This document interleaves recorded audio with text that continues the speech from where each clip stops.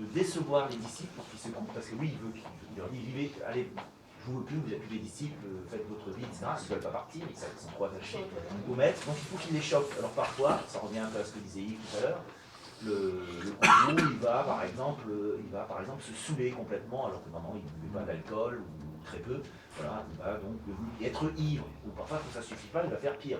Bon, il ne va quand même pas faire des choses trop horribles, normalement il va tuer personne quand même. Bon, il va aller coucher avec des prostituées, des choses comme ça, mais des choses qu'on ne devrait pas faire si on est un maître spirituel. Le détachement. Choquer exprès les disciples pour qu'ils partent. Quoi. Ils se détachent en fait. Ils se détachent, voilà. Ouais. Ça, c'est assez subtil, une stratégie assez étonnante. Mais... Jésus était assez choquant dans ce sens-là d'ailleurs. Oui, d'une certaine Il manière. avait fait aussi des banquets et tout, c'était pas du tout le chemin de Jean-Baptiste. Transformer l'eau en vin, normalement, c'est pareil. Il a fait plus qu'on a posé là. Dans les textes. Il faut aller plus loin que ça encore. Non, c'est clair. C'était pas un ascète. Voilà. Il y a différents courants aussi, parce qu'actuellement, par exemple, on parle beaucoup du néo-Advaita. C'est justement, alors avant, dans l'Advaita, il y avait tout un cheminement, même des réincarnations successives pour arriver à ce qu'on appelle la réalisation.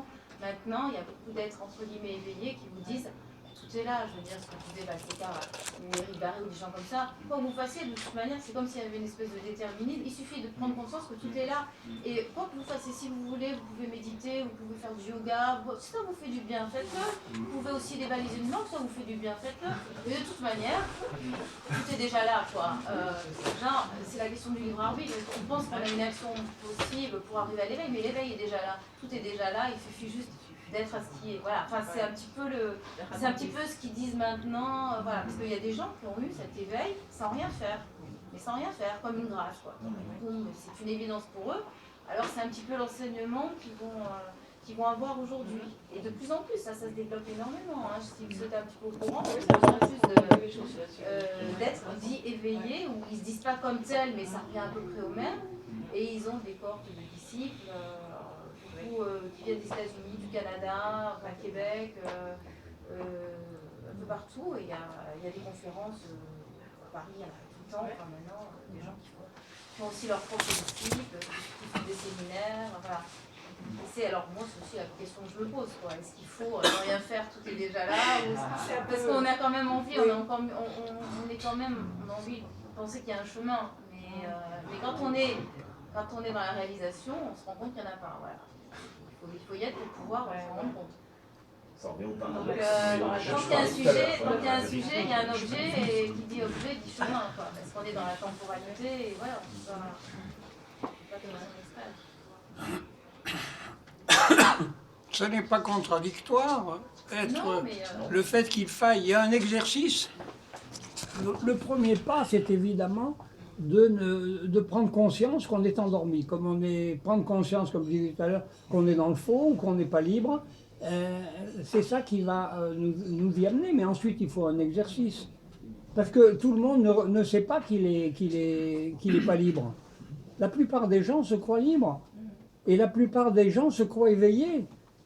Et s'ils ne comprennent pas un jour ou l'autre, alors pour le comprendre, bien entendu qu'il faut des études, comme de toute chose. Donc c'est ça le chemin et l'exercice à faire.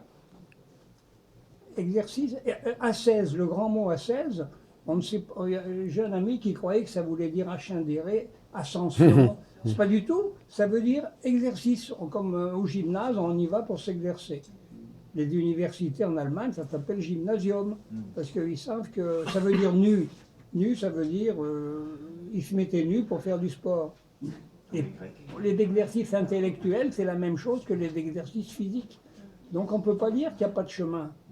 Et je pense que le gourou dont tu parles n'a sûrement pas dit le contraire. C'est vrai que tout est là, mais encore faut-il ouvrir les yeux pour le voir. Et c'est un exercice assez long. La volonté d'ouvrir les yeux, ça prend des années. Justement, ça prend des années et même plusieurs vies. Alors non, il y avait priorité à ceux qui n'ont pas encore parlé, puisqu'on se rapproche tout doucement des mots de la fin. Vers Sudeur, on peut dépasser de 5 minutes, hein, on n'est pas non plus à 5 minutes près, comme c'est passionnant, mais... Alors Frédéric.